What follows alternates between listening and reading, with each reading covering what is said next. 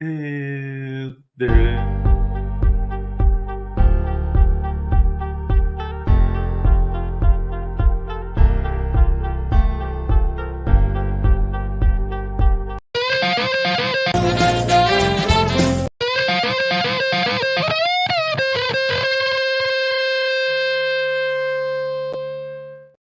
Remember Name That Head? Did I see Name That Head? Are we playing Name That Head today? I didn't prep for a Name That Head, but I feel like I could. Right. I feel like if I like, hey Jack, talk about this for 5 minutes, I could totally make a Name That Head. This time it's not CrossFitters. This time it's your coaches. I think that would be a little bit easier than yeah. The hair will be a dead. Mary, got her. Piece of cake, got it. You're wrong. That's TJ. Well, he's always wearing a hat. He is always wearing a hat.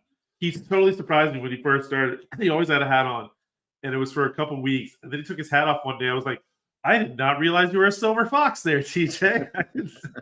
Totally threw me. Looked like Ric Flair back there. But yeah, good old silver fox TJ. So anyway, yeah, you guys missed it. We had always record good conversations on the that will be released on the Patreon one day.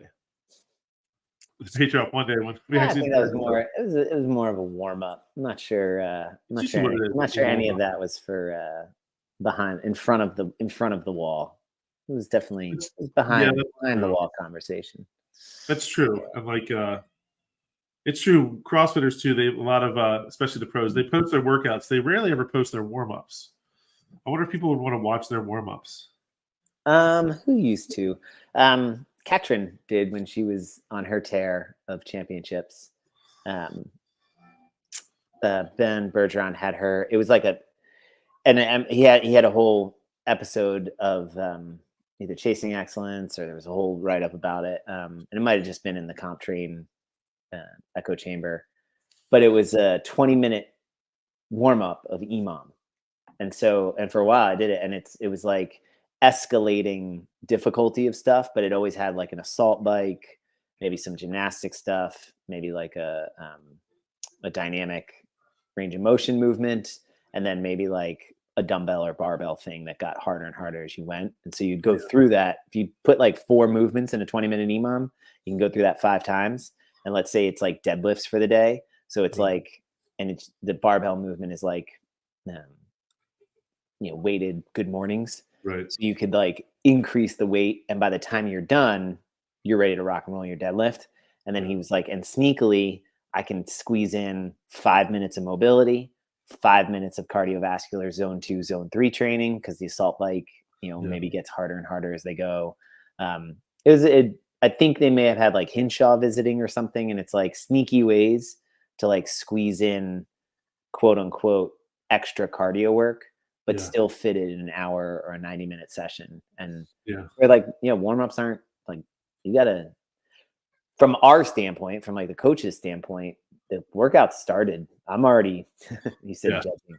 I'm already assessing, the first time you move. TJ and I were talking about this yesterday, because I hate line drills. I used to love them because it felt so like the running line drills, or just line drills in general? I hate line drills in general. Okay. I know we used them in the gymnastics course, which in that context, okay, I can see where they serve a purpose. But for the way Fairwinds is laid out, they're horrible, because you got to split, which, I mean, they're not horrible. I guess you could go from the rig forward and then back, and it just shortens the distance. And if you only have like 6 or 7 people in the class, you can all fit on the western side, or the starboard side, the north side of the rig, and then you got the south side of the rig. But I don't think those cardinal directions line up. Maybe they do. They might. Sunrise or sunsets west. So north side of the rig, south side of the rig. So they do line up. Yeah. Okay, so that works. So a little bit jealous. Yeah, I don't like them because, let's say, so yesterday's workout's a perfect example. Yeah. I have everyone line up and do a line drill. They go across, but then I want to do some sort of like movement where I'm assessing. Well, they go from line to what then? Circle up? or they're all on a Right. line, and then it defeats the purpose of like people being able to see each other or see me, right? And they're cut by the rig. So I'm like adding at least 30 to 45 seconds of transition time every time I go from line drill to movement, line drill to movement. Mhm. And then otherwise, then I'm just doing line drill. So I've just got 5 minutes of, wasted coaching time where they're Yeah. just moving. It's the same thing of like, all right, everyone go for a 400-meter run. I'll see you when you get back. You're Yeah. like, okay, dude, you get paid $25 an hour. You now get paid $23 an hour for this class because you Yeah. only coached 54 minutes. Right. So it's sort of a like that would sort of be response to me as the coach who just like doesn't, spends 10 minutes not talking to people because I'm doing something like line drills or Yeah. That makes whatever. sense. But then they also do serve a purpose if it's like a huge class and you're sort of like, okay, I just need these fuckers to move. Yeah. And Yeah. so I got to get my head about me. Okay, then like it's a good trick. But I feel like Cap goes to them all the time. They use lines. Yeah, they totally do. I'm with you. I like there's plenty of times where it has its place. Like I do, one day last week, I totally ran like the gymnastics warm up where I had them do like the mechanical bear crawl and then the like the gymnastics, like the inchworm with the push up and like, and then what I like to do is if I have like maybe 8 or more, I'll have them stagger. I'll have group 1 here, group 2 here, and then like spread out. And then like if I do something like an air squat, I'll have them like, well, here's a line up here, here's a line up there. They'll still kind of be in a line. Yeah. But also like I'm with you where people sometimes when you do the line drill, it's also like you do the inchworm with a push up. They'll take a few extra steps between the push ups, and then they'll maybe only get like 3 done as they're walking across. And I think it's also the line drill. I think it makes it easier for people to kind of like phone it in. Whereas like if I have everyone in a spot where I can. So I could see where the line drills work if there are walking lunges in the workout or handstand walks or bear crawls in it. Now the line drills are part of setting the stage for moving across the gym floor. Yeah. And so you're actually, I guess the moral of the story that I'm setting is I try to have nothing we do in class be single use. Yeah. So everything we're doing has a second and third level benefit, either from me being able to assess, the athlete getting something, not just like the movement out of it, but it's a progression towards what's next. It's a skill builder, whatever it is. So like I love doing the dumbbell warm-ups, using the dumbbell to do something where their body is moving in the way that their body's going to move at some point future in the workout. So I used the entire warm-up yesterday to establish the hip hinge as the initiation for whatever was coming next, be it cherry pickers, deadlift, good morning, whatever it was, loaded or unloaded. Because then when we got to the sumo deadlift high put, I said, all right, you guys have been doing a lot of hip hinging. We've been sending our butts back. We've been initiating with the hips. We're going to keep doing that. Oh, by the way, you've also been doing it with your feet in a slightly wider than normal stance. This is the foundation of our sumo deadlift high pull. I even said that like at the very beginning, though I would say maybe 1% of them heard it. But if I keep saying it over and over and over, not like screaming it multiple times, because then that annoys people when I just keep repeating myself. But if it's interspersed, right, with stuff, at some point, all of them have heard it, and they've heard it now prior to the first time they do a sumo deadlift high pull. Yeah. And I now have a cue where I can just say hips back, right? And then it can be the tactile cue, hit my hand, or I push their hip, or whatever. Or it can be the visual cue with the one word where it's just like, and I can do that, with loud music. Yeah, exactly. And so that was sort of that's something TJ and I were talking about afterwards, which was great. He came to class, and I love having the chance to kind of assess with him afterwards and ask him like, how did it go? What landed, what didn't land? And he's like, oh, I really like this. And, you smell kind of bad, dude. You should probably shower. That's what he said to me. Again, he was right. He was right. I mean, it had been 4 days since I'd showered. So, I mean, that's funny. When it was time. He was in class on Monday morning, and he was coaching he came to 6:15 and he was coaching the 9:30, And he, like, when he's on, he's got to bolt because he's got to go do some stuff before he comes back to coach. And I want to talk to him after class because the ring muscle up skill work got away from me, like just from like it was a big class, and I ended up what happened was like I ended up having them share rings. It's instead of like we're all going to do a set together, partner one would go and partner two would go, and I almost like doubled my warm up time and just didn't even realize it because I was like I was in a groove and I was getting people moving, and so I even like called TJ. I was like, hey man, just FYI, like that, like when you're coaching today, that because I came like right up on it in time. Like it was like, oh shit, we gotta go. I said it was like, yeah, the muscle up work got away from me a little bit. I spent way more time on it than I should. Just kind of like my, hey, heads up when you're coaching. Like this is what I know I just went through this in my class. I could have done better here.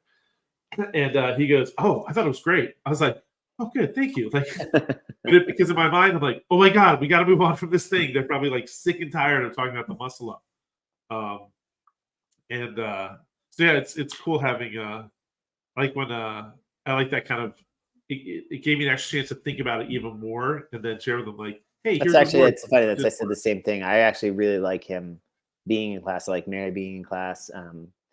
I use 5:15, like I know they got to go.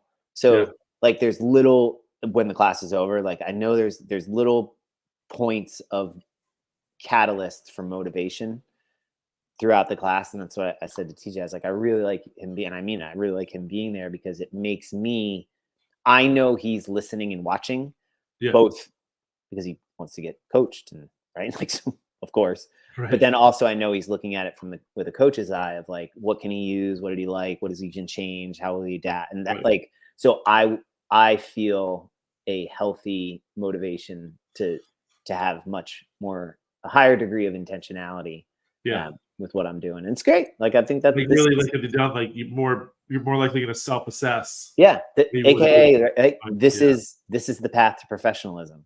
Yeah. Right? Like that's why you surround yourself with really smart people who are deliberate and dedicated to getting better at what they do. And then you share that level of commitment with each other and oh, look at that. You all get better. Right. Like that. So well done, boss. Like good job finding people that are, you know, very deliberate, very conscientious, very dedicated to this profession because it makes it so much more fun for those. Even like, I mean, like props to TJ again. Like he texted me the other day and was like, I'm thinking of taking one of these 3 online courses. Which one should I take? Spot the flaw. Spot the flaw. What did I tell? Let me think. Let me see what I. Because at the end of the day, like, well, if you end up taking all 3, you're going to be great. So which one? What did I say? Yeah. So he said, so he asked me. So, FYI, TJ, if you're listening, I really appreciated this. What's your opinion / best guess? Choosing your CrossFit online course to do first: scaling, spot the flaw, or teaching the movement. I said, ooh, good question. I'd say go spot the flaw. Yeah, teach the movement is close though. I would, because I think actually I've never taken teach the movement. Scaling one, it feels to me is like, hey, I mean, I'm not saying it's a bad, I'm just saying like, it feels like the Blue Apron or Purple Carrot or any of those meals, like the box comes and it's like, oh, great, you just did my shopping for me, but like you bought all the things I don't actually want or need, and now I got to prepare it anyway. Like, how is this convenient? The scaling course to me feels like, okay, what makes scaling work is my creativity met with the in the moment need of the athlete. And so like, I guess I would imagine in that course, because CrossFit generally does not provide training. The training department generally does not produce shit. They generally do produce quality products. So my guess is it's actually more an examination of the theoretical template of scaling. And in that, because it's what they talk about at the level 2. So I'd imagine they distill out from the level 2 the idea of, if I'm going to scale a gymnastics movement, your priority is keep it as a gymnastics movement. And you're just lowering the difficulty either in volume or completion, like the ability to complete. Like, it's a gymnastic movement and you know it's a pull. So maintain Got it. that. Maintain the As opposed stimulus pool, to- maintain it as gymnastics. Now find a way that they can. So it's, I would imagine in that scaling class, it's going to talk about the theory of stimulus. What's Yeah. the stimulus here? Is it capacity? Is it time? Is it the movement itself? Like, is it a skill? So in that, I guess it could be cool. I just wonder how much practical, I guess, understanding the theory or understanding that framework then allows you to, because then they'll probably be like, okay, you have an athlete, this is the limitation of these 4 choices, what's the most appropriate scale? So I would guess like that probably does offer some training. So it'd be a good course. I take back my stupid course. They probably get very specific with the stuff we just talked about, but then like when it comes to the actual scaling, they're probably painting with very broad strokes and like you really. And actually, it's so funny. So I guess I'm turning my decision completely around, because then in the teach the movement, I'd be willing to bet that a lot of that is wrapped up in as well, is that you have to understand what's the stimulus of the movement, what's the priority of the movement, what are the 4 basic like elements to the movement, how are you going to teach it? Do you teach it in order so that you can then spot things and correct, right? So I guess it would be like some of the same that order. theory. Would you almost say, if you had to say go 1, 2, 3? Because my thought is like, if I had to, because I'm looking at it, I'm like, all right, if I said, if I assume he's going to do all 3, my thought was go spot the flaw, teach right, the but movement, I guess, but I maybe almost flip, teach the movement, spot the flaw. Well, no, I'm actually like, I would kick spot the flaw to the trash can, because guess what? Go online and just pull up, event 7 from the 2016 games and just watch it. And just like, granted, you're not going to get the feedback of the test or the organization telling you like, nope, that's it. But what you could watch is like, can you watch Dan Bailey and Chris Spieler go head to head in Diane at regionals? I think that was 2012 or 13 when they did Diane, or like Jackie in like, I think the 13-14 regional series. Can you watch? Sorry, did you say CrossFit Games event 7, 2016 event 7? Yeah, I don't know. What is it?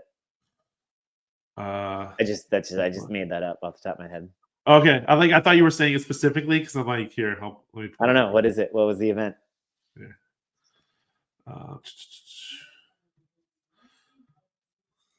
So I just looked it up. So unforgettable moment, 2016 regional chaos, Atlantic regional chaos. Oh, it's chaos. Beautiful. Yeah. The 21 thrusters, 3 legless. So this is regionals, not the games. Oh, that's regionals. Yeah. Okay. But this is great, right? So this would be a great one. You're going to you got to watch the thruster. So you got to watch depth. You got to watch finish overhead. They're moving fast, moving quickly. So yeah, and you got this broad view. So you would watch the guy in lane 10 in the blue shirt. I'm not sure who that is, right? So it gets depth, and then so now you can even watch it. So like, just watch it at slow speed and be like, okay, and watch their judge. Like, is their judge did they get it right or they get it wrong? Nope, no rep there, Noah. He's not locking out. Is he locking out? Right. Ben's movement's always good, but no, Noah wasn't locking out on those 2 reps, but they still gave it to him. But you also are kind of watching it on video. Anyway, you get my point. Yeah. There is enough video of people exercising for time on the internet that, totally, like, watch it at slow speed for yourself. There is enough video out there of people exercising for time that paying CrossFit to watch flaws. Yeah. My guess would be what they're going to do in that coursework would be also similar to the other ones, where they'll provide the theoretical stuff that you went over last week or 2 weeks ago with us, of like static versus dynamic, starting versus finishing position. So he's locking out. I always give Noah a hard time. Is that his end range of motion at the top? That's like. Would you call that locked out? I say right when I paused it. But again, it's video, right? So this is the Hiller. Let's slow it. Tell you, for Gits and Shiggles, let's slow it down even more. Yeah. So that's Garrett. Oh God, what's his name? I just lost it. His movement's always great. Here in lane 9, the one guy in. Where he puts his head through.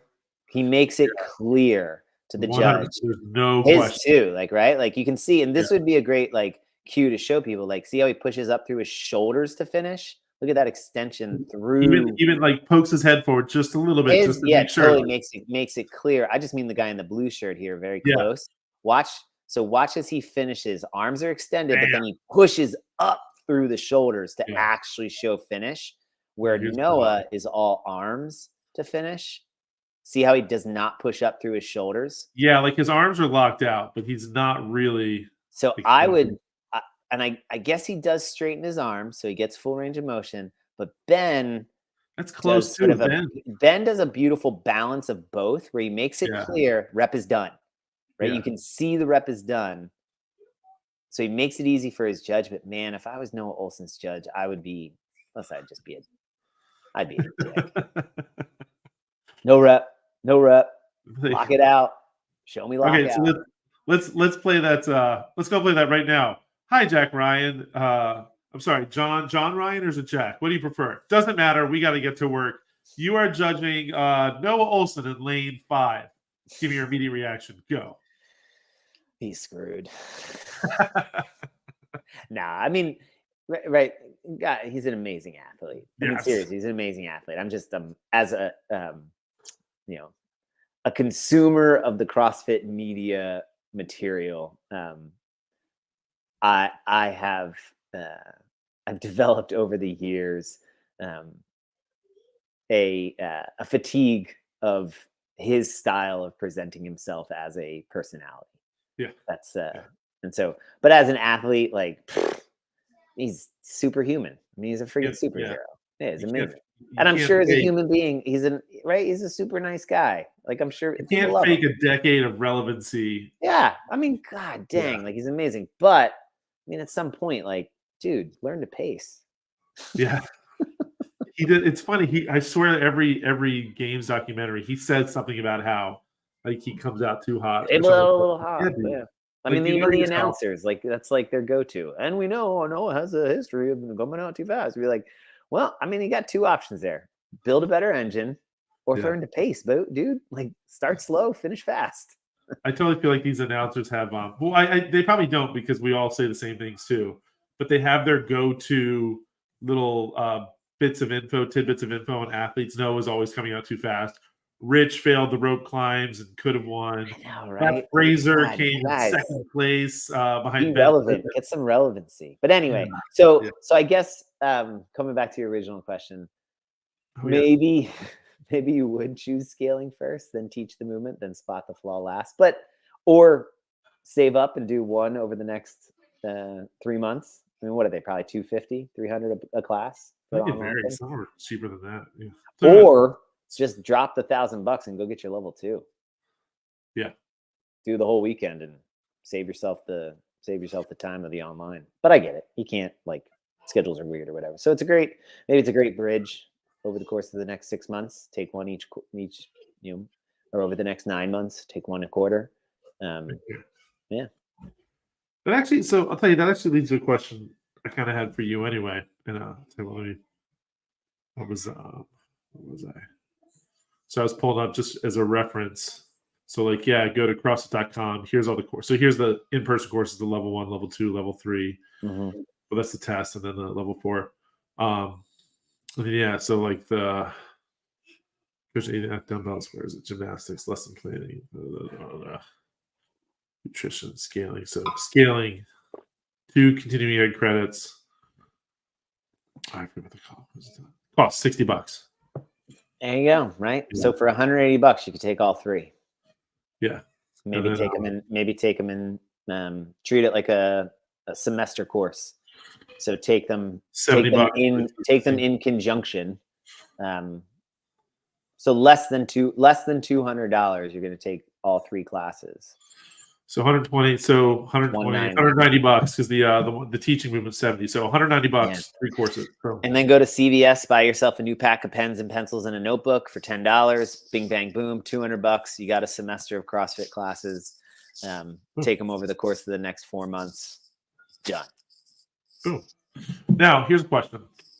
If you were someone who is themselves potentially preparing for a taking the level 3 exam test,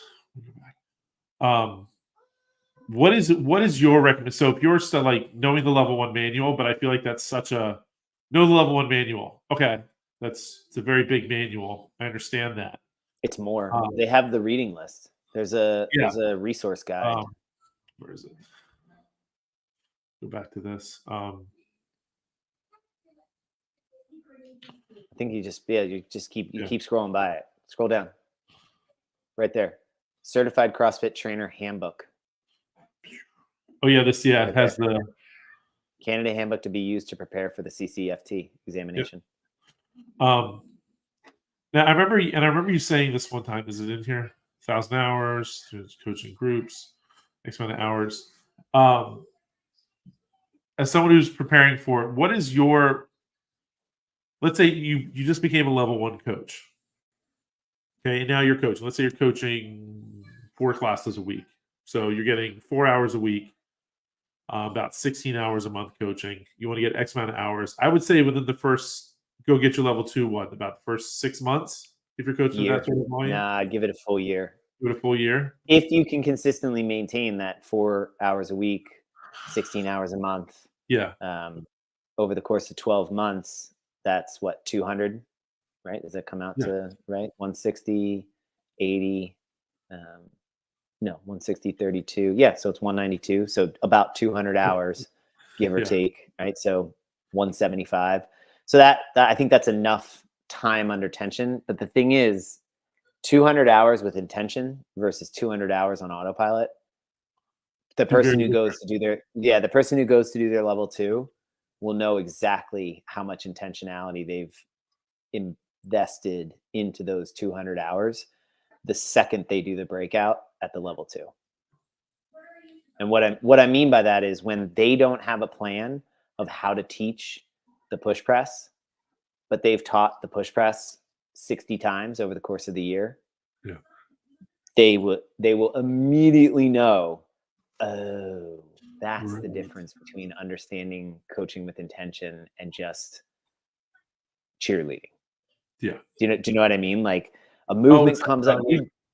You did it. You did it to us on Saturday. So without a plan, right? And it was great. Like I was uncomfortable. I was sort of like, oh, I had no idea we were going to do this. But I've done it enough times. I would say I'm getting on to the 10,000 hour moment. And I've taken breaks but I would say my first 3 to 5 years of coaching were without any sort of intention. Yeah. And what I mean by intention for developing myself as a specific professional CrossFit coach. Right. I had intention on, making human connection, group control, how to manage a class, like you weren't winging it. You weren't winging it, right? But like you were on a different. But without the intentionality, right? Of look, there are 4 to 5 basic cues for a push press. 45 basic 45, man, that's way too many. I can't memorize that. But there are 4 to 5 at most. Maybe 2, 3 of them you're going to use 99% of the time. The other 2 here and there when somebody's a little weird. But like know what they are, know how to implement them, know how to layer them on, know how to progress somebody through it so that like I messed up a little bit in 615. 515 super smooth. It's 3 of them. It's Luis, Ken, and Jody, right? Like I could have sat on a box with my glasses on, drinking my coffee, like, all right, go get your boxes now. Yeah. But like I did. There are great 3 people in the class to like, I was like, oh, sweet. Instantly had an opportunity to play around with stuff, right? Had 3 people, wanted 3 different things, needed 3 different approaches. So it was cool, like, oh, cool. Like I had to earn my money with them to make sure each of them had the same experience, but yet their own individual experience. 615, 9 people, more standard kind of class. Everyone's kind of moving in the same direction, but all kind of need different stuff. For just messed up my progression of from no bar to bar on the push press. Inadvertently skipped the one step between going from like down, control up, control down, control up to the whole movement. I messed up and I was like, shit. But it doesn't matter because the layering allowed for, I'm sure, other than maybe a person or 2, nobody noticed that was a mess up or that progression, I would have gotten hit on that in a level 2. Yeah. because I had them make too big of a leap in a movement. And this is the push press, man. You Yeah. can't get a simpler movement. Like Yeah. seriously, tough to catch the early press on the hip. Mhm. Tough to get somebody to fix that, sure, especially at speed. Like takes a little bit of nuance and some, deliberateness. But as far as a movement, for God's sakes, you're taking something to your shoulder and putting it overhead with a little hip hop. Like you Yeah. do it every day when you put something up in the shelf, or it's like Yeah. it is so easy. Yeah. Watching people at the level 2, I swear you would think you were asking them to solve Einstein's theory of relativity, like Yeah. to coach a push press, versus the person who stands up in the breakout and sure they stumble, maybe they make a mistake, but they have a plan or they have a set of steps. Those set of steps don't come the night before when you then coach you come on Saturday and then you plan on coming on coaching your class on Sunday. Yeah. You can't do it in one night. Yeah. The person who does it and does it well in the class and you watch, I'm like, how did they do that? Because they've been doing it for a year with intentionality. Yeah. That's the difference. And that's the benefit of the level 2 is that somebody comes out of it. You're not instantly a better coach coming out of the level 2. You're a coach who has both an experiential, but then also a conscious awareness Yeah. of what coaching with intention actually means and feels like. And so Yeah. that's why I'd say within a year, you should be either getting your level 2 or have it on the calendar to get it, because otherwise you're going to waste all that time coaching as a level 1 that you don't have to waste. Go Yeah. get the level 2. Yeah, it's $1,000. I get it. Like it's not cheap. But now all of those coaching hours afterwards, I would say within the next 6 months, either start taking some of those online courses or go do your level 2 again. Because that's sort of the recalibration of everyone comes out of level 2. I'm going to be the best coach ever. I'm going to crush them. And for the first week, coaching the air squat takes them 45 minutes. Yeah. They want to give them all of it. Yeah. So you got to recalibrate yourself of oh, all right. And then you want to catch yourself before you let it slide too far. Yeah. And then give yourself 2 to 3 years after that. And then some people, everyone's different, right? Like maybe somebody can keep themselves honest and really do it. This is where you, as the owner, right, as the big kahuna, could offer to those people periodic, the reviews you're doing, but even the more deliberate, focus areas. 9 fundamental movements. We're going to cycle through these once every 3 weeks or once a month, right? There could be, that's where as the affiliate, I'm sure Stronger You. I'm sure Affiliate You helps you. This is what you could offer, and then you're actually kind of making it more manageable for the coach. If I don't have $1,000 to go, maybe I'm doing this, I'm part time, but I want to be professional and stuff. But that money goes to pay for my kids' braces, or I'd say if you're coaching 4 classes a week, you can pay for that level 1 over the course of 2.5 months, assuming that's if all that money is just fun money, yes, yeah, right. If it's just if this is your part-time gig, but that's what I was saying. Maybe it's more like 10 months, where if Yeah. I take half my pay and I put it into my training fund. Yeah. So right, so that's just, and then those things. I mean, you were saying you offer halvesies, so right now I just cut it in half. So there's, in the end, the way you were describing the way you do your budget now. The way I look at this is budget your training plan as if you were budgeting your financial structure in your house or your life, your personal life.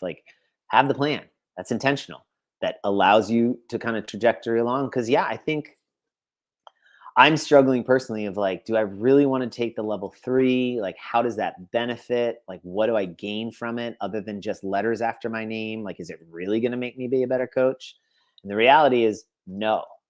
Taking the test is not going to make me a better coach. Putting myself on the hook to take the test makes me more deliberate now to be more intentional with the goal of, I have to meet this standard here that I've set for myself. Yeah. And then I'm like, oh, so then if I never actually take it, I don't really give a shit, but it's making me more intentional now. And then same with the level 4, right? So that's sort of the I can't get away with letting athlete X, who I've known for 15 years, get away with bad movement. Because when you go to the level 4, you're coaching in a gym that probably isn't yours with athletes you don't know. So you have to be deliberate and intentional in coaching them. So Don't let my eyes get used to your shitty movement. yeah, But really, it's I'm not going to let my eyes get used to your shitty movement. yeah. So all that to be like, look, I mean, it's kind of the same way. Like every time I bake a loaf of bread, like I do it with intention because I'm always like, the last one, like, do I make it 10 minutes longer? Do I keep it in the crock? Do I keep it in the Dutch oven longer? Like, and I've been doing this now almost 2 years, and I'm still like, I'm supposed to ask you, do you still make your own kefir? nah, I let the Okay. seeds that a long time ago. I just couldn't drink enough of it, and I mean, I'm not really big on dairy, so like, They're yeah, pretty normal size on dairy. depends on how big the dairy is. The derriere is. Sorry, I didn't mean to interrupt. I was supposed to ask That's you. it. I mean, I think Yeah. this makes sense, right?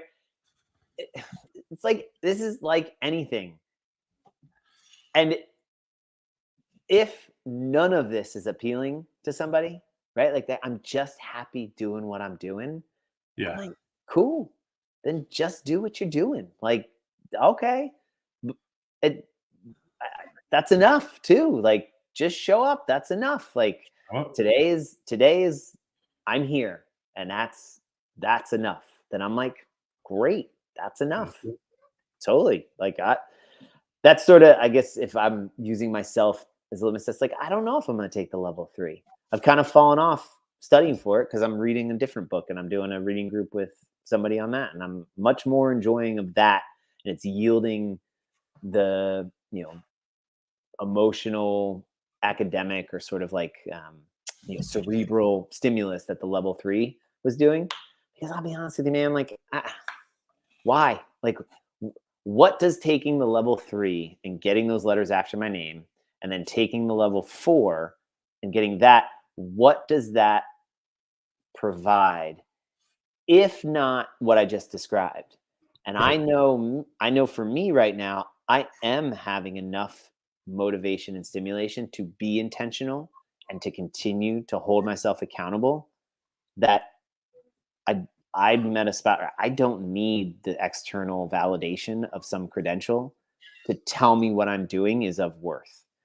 Right. Does that, you know what I mean? Now, if you No, were to come to me and say like, "Hey, no, like I I want the only gym in Annapolis that has all level 4 and level 3 coaches, and I want that in the next 36 months."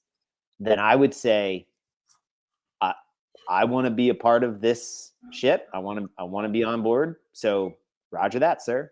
and that's Move where out. I was just about to say, in my mind as I'm mapping things out, like, so current staff alone, my mind by this point next year, everyone's a bare minimum level 2. Hmm. And then based on where people at within, like you said, within 36 months, everyone's at least a level 3.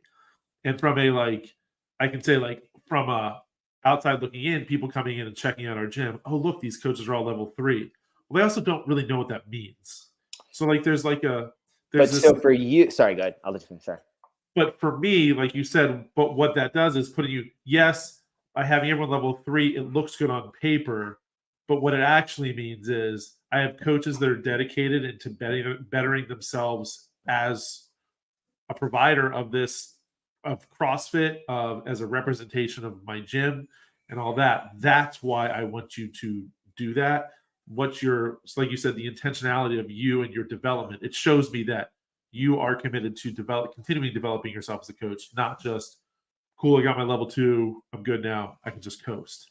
Well, and that's sort of the like you said. So I would imagine, like budgeting, you having that as your standard for professional development and a professional standard for your employees and for your staff makes making a future decision easier when one of us leaves. Right. So like somebody moves, whatever, or they're just like, "Hey, I'm done. I gotta do something else, whatever." Great. you need to hire a new coach or you need to find somebody, you are in the market not for a level 1.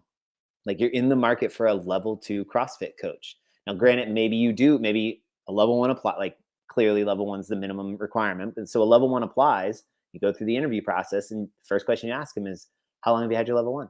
Awesome. Good. Have you gone and taken your level 2 yet? Is it on your agenda to take?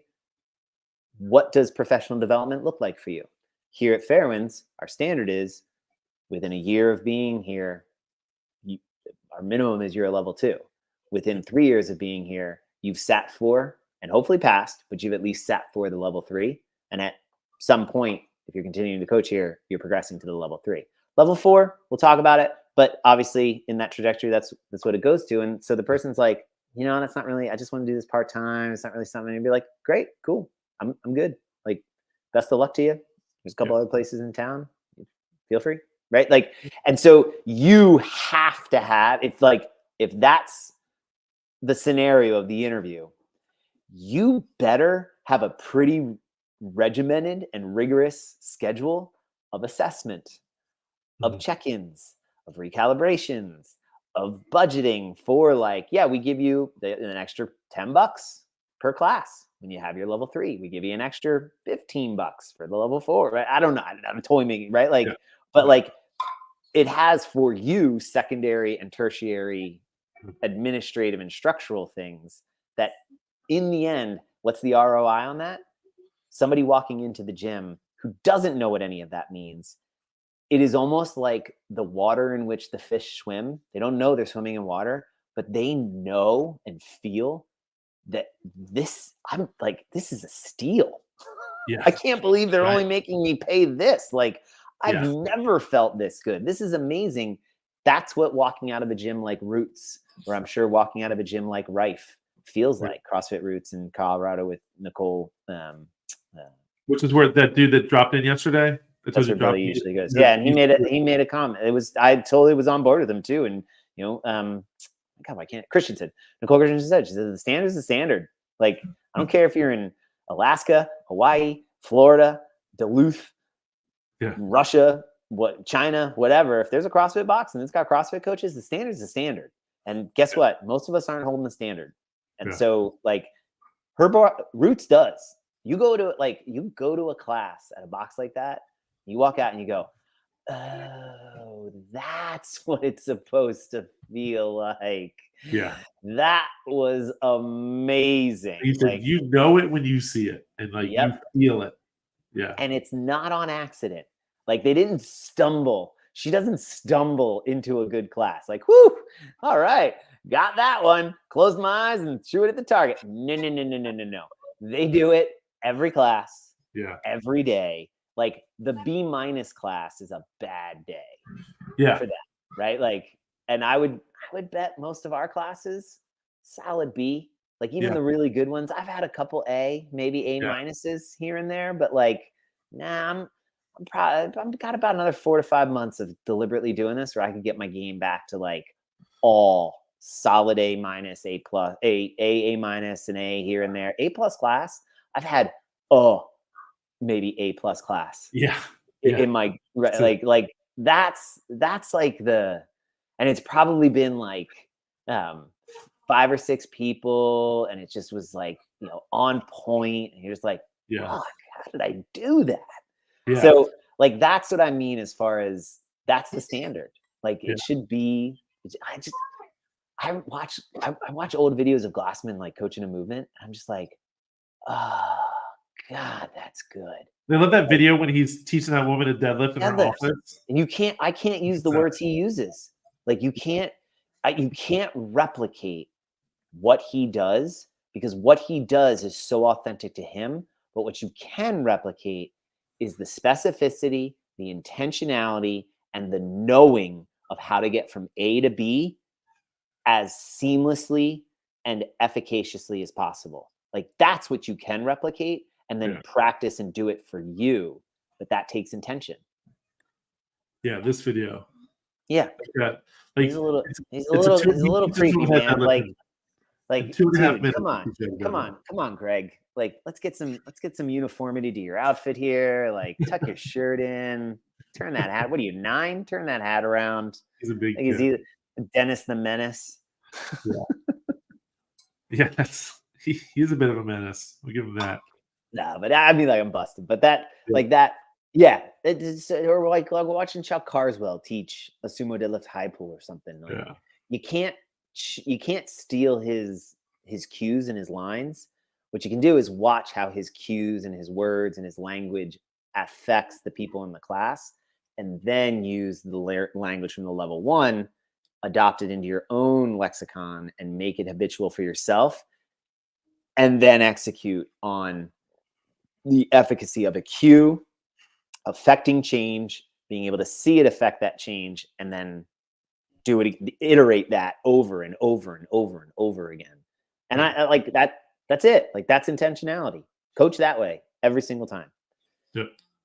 With 3 people, then with 6 people, then with 15 people, then with 30 people. And it's like, oh God, this is so hard. You got to be on point with 30 people. But anyway, that I don't feel personally I need the level 3 hanging over my head to know that I'm going to do that every day. But I also know if I don't have it out there, I may let it slide a little bit. And so I go either way. Like, I think there's benefit in challenging yourself with that. But at the end of the day, dude, until you tell me I have to take it, I'm probably just going to keep pushing it off. That's part of my plan for 2024. So we'll have that at a meeting. So yeah. So if you tell me, dude, I'm a rule follower. I'll get in line. Yes, sir. Coming, sir. I want to work my way up into middle management. I want to be a yes man. Yes, sir. Man. Coming, sir. I want to be forced into early retirement. What was that a commercial for? Do you remember? I think like some investment company. Yeah.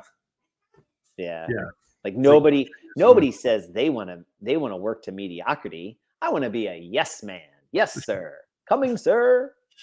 And then the little kid walks up. He's like, I want to be forced into early retirement. I want to file all day. That was a good one. I think that was the Super Bowl commercial too. Yeah. It might have been like an E-Trade or like it was something like that. Yeah. Right before the E-Trade, was it the E-Trade baby? Remember the baby that was? Oh yeah. That gave you like stock advice. Yeah. Oh my gosh. So, all right. I'm not sure what we accomplished today, but I got a boogie because I got dogs to walk and papers to write.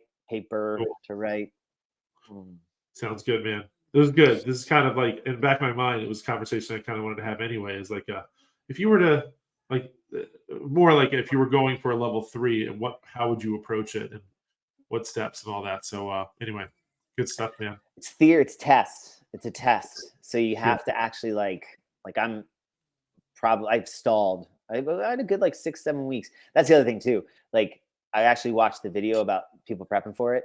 They put it 6 weeks out. Like, when it first came, they put I think it was Stefan Roche. Stefan Roche. They were all red shirts, right? They're on staff. They came out with the level 3. They said, y'all gotta take it. And but you have time. So the group of them that were talking about it, Stefan said that he put it on his calendar 6 weeks out, and he studied every day for 3 hours a day for those 6 weeks. I think that is a better plan than putting it 9 months out and saying, I'm going to study an hour a day for 4 days a week. So I'm ready in 9 months. You'll never do it. You're going to lose momentum within the first 4 to 6 weeks. So you got to put it close. Once you're sort of and I'm talking for me personally, I'm ready to take that test. You know what I mean? I've been talking, reading, thinking about this shit for over 15 years, right? Yeah. If I'm not ready to take that test, I'm an idiot. But I'm also not ready to take that test. I have to study some of the stuff because it's very specific to CrossFit terminology. Right. And so you gotta read all the things, watch all the videos, take some notes, translate it to your own language one time through, then have your notes go through one more. This is the way I would imagine. Go through it one more time and then take the test, right? You can't while it's in there too. Right. Like, so it's sort of like you got to, it's in there. Like, I know it's in there, but like, you got to bring it to the front. Uh-huh. You got to, move it around a little bit, use it a little bit, and then take it. But if I put it too far out, like I was like, I'm going to take it by March over spring, too far. Right. Yeah. I should have scheduled, if I was going to do this, I should have scheduled it for December.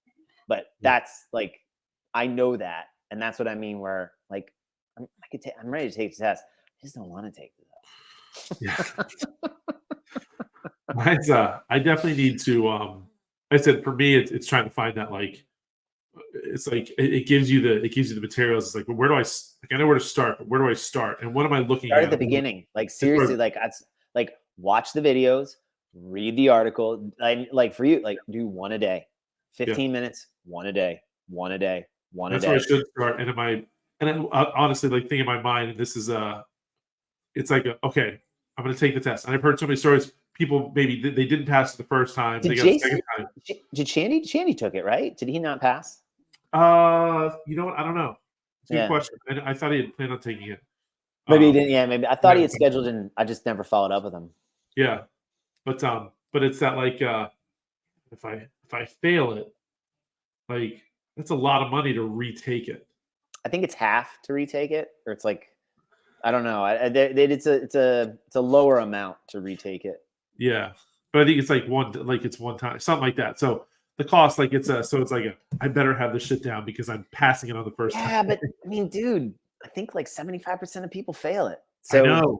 statistically speaking, we're gonna fail.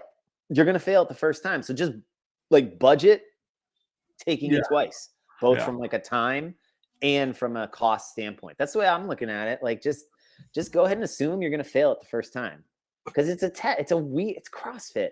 Their tests suck. I mean, I say that like because ask anyone that's ever taken the level 1 test. they're testing you to see you if never you walk can out of there feeling like, they test you to right. see if you can take a CrossFit test. Yeah, It's kind of and I get it. Like like you got to know how to do it the way that they hold as the standard to do it. Like, and if you can test like that well, then you do fine.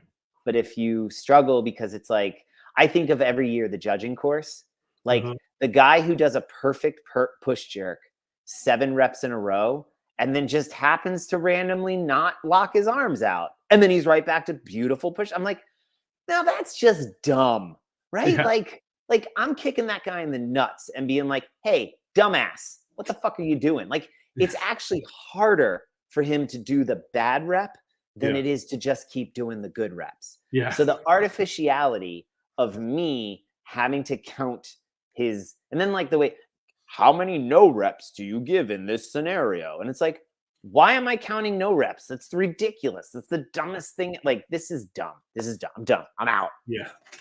I hate that. But it's because they're artificially creating a way, like, how do I measure the standard in something that innately is kind of qualitative? How am I quantifying something qualitative? So they got it's an impossible problem for them to solve. Yeah. So I'm totally like aware, like I respect the fact that they're trying and that they at least are creating a standard by which then we can sort of categorize and measure. So good on them. Thank you very much for doing that. You created a means by which to professionalize this thing. But I'm also like, I hate your fucking tests. They're stupid. Yeah. I appreciate it. I hate it. I hate you and I hate your test. But I totally get why you got to do it that way. So you got to practice. Like, that's where the first time you take I'm gonna do it. It's almost like the first time you you take it, you're practicing and like, God dang it. And maybe you'll pass. Like, yay. But most likely not. Statistically speaking, you're not going to pass. If I budget to take it twice and I pass on the first time, that's just going to benefit. That means in or out. Booyah. Yeah. Yeah. So awesome. There it is. All right. I guess my gratitude's CrossFit and your stupid tests. CrossFit, your stupid tests. I don't really believe that, but nah. Yeah. Yeah. Let's just go with that. Let's just go with that. Your CrossFit and your efforts in trying to professionalize and standardize this thing that, as coaches and affiliate owners, we need to standardize and professionalize to be a better service to the people that we are trying to bring this to. Thank you, CrossFit. Yeah. There you go. Yeah, actually, that I do mean that. I am grateful for that. And on the tail end of that gratitude is also a lot of anxiety around the current state of big HQ and their investment or equity fund investors and the seemingly interesting and odd choices that they've made over the last 6 to 9 months of some of the revenue generating, seemingly motivated decisions that HQ has made that I'm a little like, this is a little, I don't know what's happening here. That do I really want to invest my own time and money in something that I could see imploding at a moment's notice? And like, so, right, like, do I really want to put my money into a qualification or a certification or a 3 letters after my name that I'm never going to use outside of this little tiny circle of influence if I don't need it to continue to develop myself? Do you see what you know what I mean? Like that's, so I'm very grateful for them to create the structure, but then I'm also really nervous of, I don't trust that I need to lean into that structure. And again, and this is I'm grateful for you. If you were to turn around and say, no, if you want to keep coaching here in the next 18 months, you need to have that level 3, Here's your track. CF level 3, CFCT after your name, because you've been a level 2 dude. You like, if you were to say to me, like, you can't take your level 2 for a 3rd time. If you want to coach here, you need to go get your level 3. I would be like, all right. Then inside, I'd be like, thanks, Eric. Thank you for pushing. Yeah, honestly, that's why I need to hold myself to that standard, because my level 1 expires in April, and I don't have a current level 2, and so I'm going to go. There's a level 2 coming in February, level 2, and then from there it's all right. Now I'll put myself on the clock to. You'll take the level 2 a second time, and then take your level 3. Yep. Yeah. So that's right. Like, that's where I would, again, like, I am often grateful for external, seemingly frustrating external things that push me out of my own comfort zone. And so if I don't create them for myself, I'd be very grateful if you were to do that. But also, thanks, CrossFit. Thanks for creating some sort of standardization, because it's nice. It's necessary. Yeah. So we got a bunch of comments from this Calvin Crosby fella. I don't know. Thanks, Calvin Crosby, whoever you are. These are all the comments. I'm pretty sure that's a bot. Yeah. So thanks, Calvin Crosby bot. Anyway, awesome. All right. I do like that name, Calvin Crosby. I think Calvin Crosby was a cool dude to hang out. Looks like he's chilling in his car. I'd hang out with him. Yeah. He was a real person. What's up, Calvin Crosby? Yeah. What are you looking at? Is he coming to the 9:30? He's coming to the 9:30 class. Or 9:30. Come on in, Calvin. We got a spot for you, brother. All right. Until then.